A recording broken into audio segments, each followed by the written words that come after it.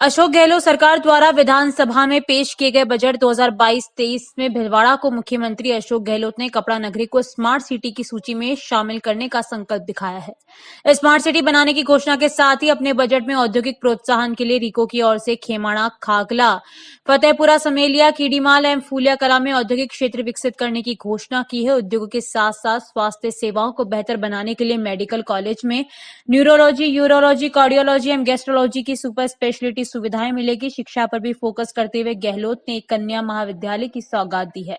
ये कन्या महाविद्यालय गुलापुरा कस्बे में बनेगा। साथ ही दुग्ध उत्पादक किसानों को 3 रुपए प्रति लीटर अनुदान की घोषणा की है। वहीं भाजपा ने इस बजट को केवल लोक लुभावन थोती घोषणा बताते हुए इसमें चुनावी बजट बताया है। बजट के बाद लोकवाणी ने भिलवाड़ा के प्रबुद्ध लोगों से उनकी राय जानी और उन्होंने बजट के बारे में अपनी क्या प्रतिक्रिया दी।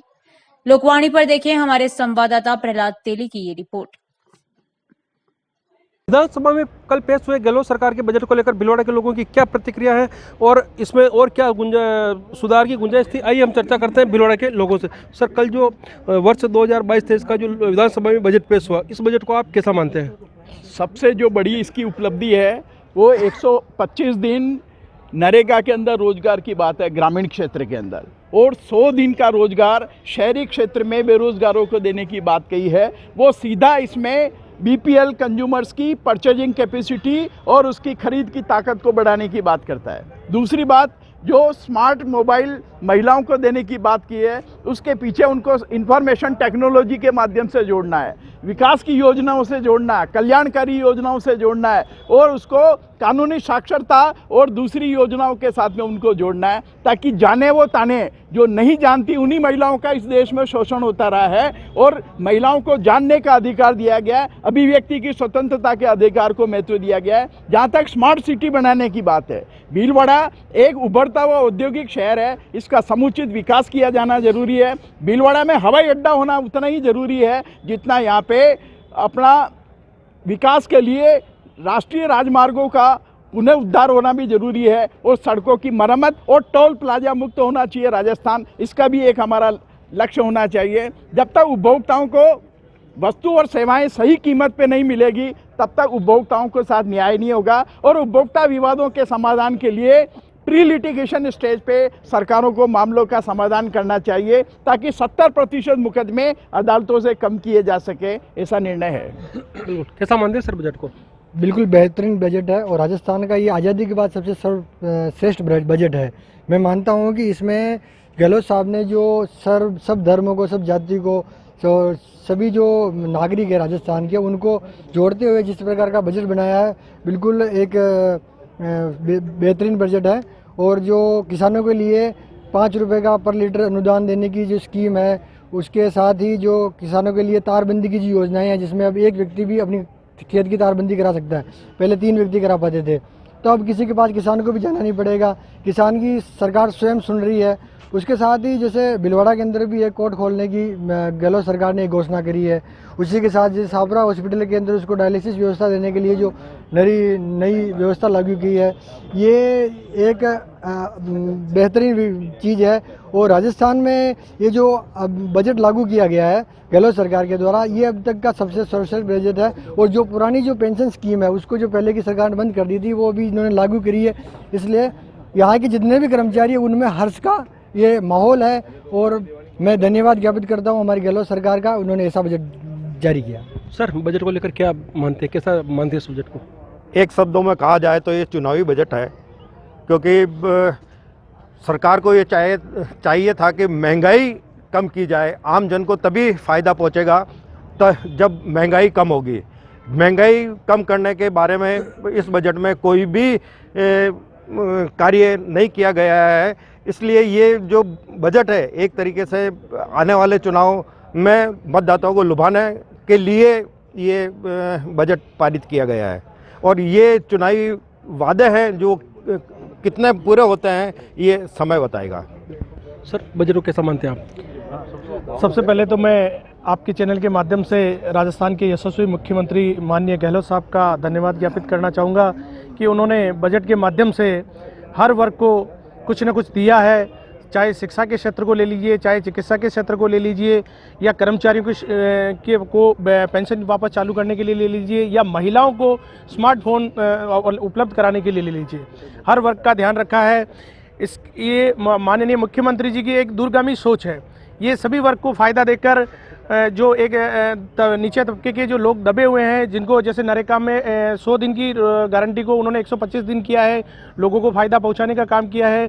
इस बजट से आम जन को, सभी वर्ग को कहीं ना कहीं कुछ ना कुछ फ़ायदा मिलेगा। माननीय गहलोत साहब का बहुत बहुत धन्यवाद। सर, बजट को लेकर, क्योंकि आप एक किसान वर्ग से भी आते हैं, किसानों को भी इस बजट में बहुत कुछ मिला, इसके अलावा भी कैसा मानते हैं आप इस बजट को? सबसे पहले तो मैं आदरणीय गहलोत साहब का धन्यवाद ज्ञापित करना चाहूँगा आपके माध्यम से कि इन्होंने एक ऐतिहासिक बजट राजस्थान को दिया है वर्ष 2022-23 के लिए। जहाँ तक इस बजट की बात है तो इसमें प्रत्येक वर्ग का ध्यान रखा गया। ऐसा कोई वर्ग अछूता नहीं रहा जिसका इस बजट में ध्यान नहीं रखा गया हो।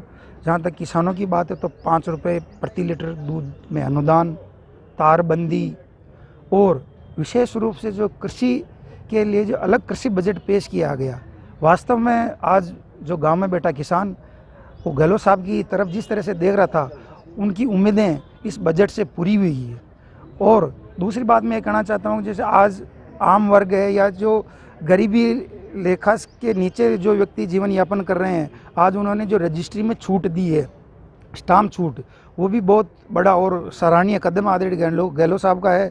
इसके अलावा जो 1 लाख रोजगार देने की बात इस बजट में कही है, क्योंकि एक परिवार से अगर एक व्यक्ति भी रोजगार पाता है तो उसका पूरा परिवार उससे चल पाता है। तो निश्चित रूप से इस बजट को हम बहुत ही सराहनीय बजट के रूप में कहेंगे और आदरणीय गहलोत साहब का विशेष रूप आभार, धन्यवाद और ज्ञापित करेंगे कि इन्होंने एक ऐतिहासिक बजट दिया।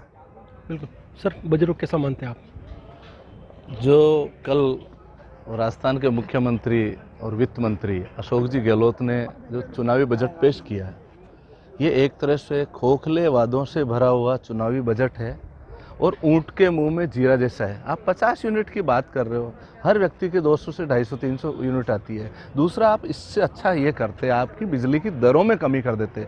हमारे यहाँ भीलवाड़ा एक औद्योगिक हब है, बिजली की दरों के कारण यहाँ के उद्योग MP जा रहे हैं, गुजरात जा रहे हैं। कम से कम उद्योगों पर यहाँ रहते रोक लगती, लोगों को रोजगार मिलता। आप फिर एक ऊँट के मुंह में जीरा जैसी बातें कर रहे हैं। 1 लाख युवाओं को हम नौकरी देंगे। 1 लाख युवा है, लाखों की तादाद में यहाँ बेरोजगार बैठे हैं, उनको रोजगार देने की बात करनी, आप लिमिट में नहीं बांधे। तीसरा, आप यहाँ भीलवाड़ा में टेक्सटाइल पार्क की घोषणा होनी चाहिए। चौथा यह है कि यहाँ पूरे प्रदेश के अधिवक्ताओं के लिए कुछ नहीं किया अशोक गहलोत ने। तो ये केवल चुनावी बजट है, लोगों के लुभावन बजट है और इनकी न रीति है, न नीति है, न विजन है कि आप जो ये सारे आपने वादे किए हैं, आप उसकी भरपाई कैसे करोगे, ये व्यवस्था नहीं की। इससे साफ जाहिर है केवल लोगों को लुभाने के लिए ये झूठा बजट किया है। बिल्कुल निराशाजनक बजट है। बजट को कैसा मानते हैं सर? मैं आपके न्यूज़ चैनल लोकवाणी के माध्यम से हमारे राजस्थान के जननायक अशोक जी गहलोत साहब को धन्यवाद ज्ञापित करता हूं। जो उन्होंने बजट पेश किया है उसमें सभी वर्गों का ध्यान रखा है। साथ ही ये बजट हर आदमी की इच्छा अनुरूप है। कोई भी व्यक्ति इस बजट से निराश नहीं है। केवल मात्र वो लोग विरोध कर सकते हैं जो सत्ता में नहीं है। जो विपक्षी दल है वही विरोध कर सकता है। बाकी आम जन, ग्रामीण, किसान, छात्र और यहाँ तक कर्मचारी, सभी वर्ग इस बजट से खुश हैं। और एक बार मैं पुनः कहना चाहूँगा कि जादूगर अशोक जी गहलोत ने जादूगरी क्या होती है वो उन्होंने बता दिया है। बजट को लेकर क्या प्रतिक्रिया देना चाहेंगे? किस बजट को कैसा मानते हैं आप?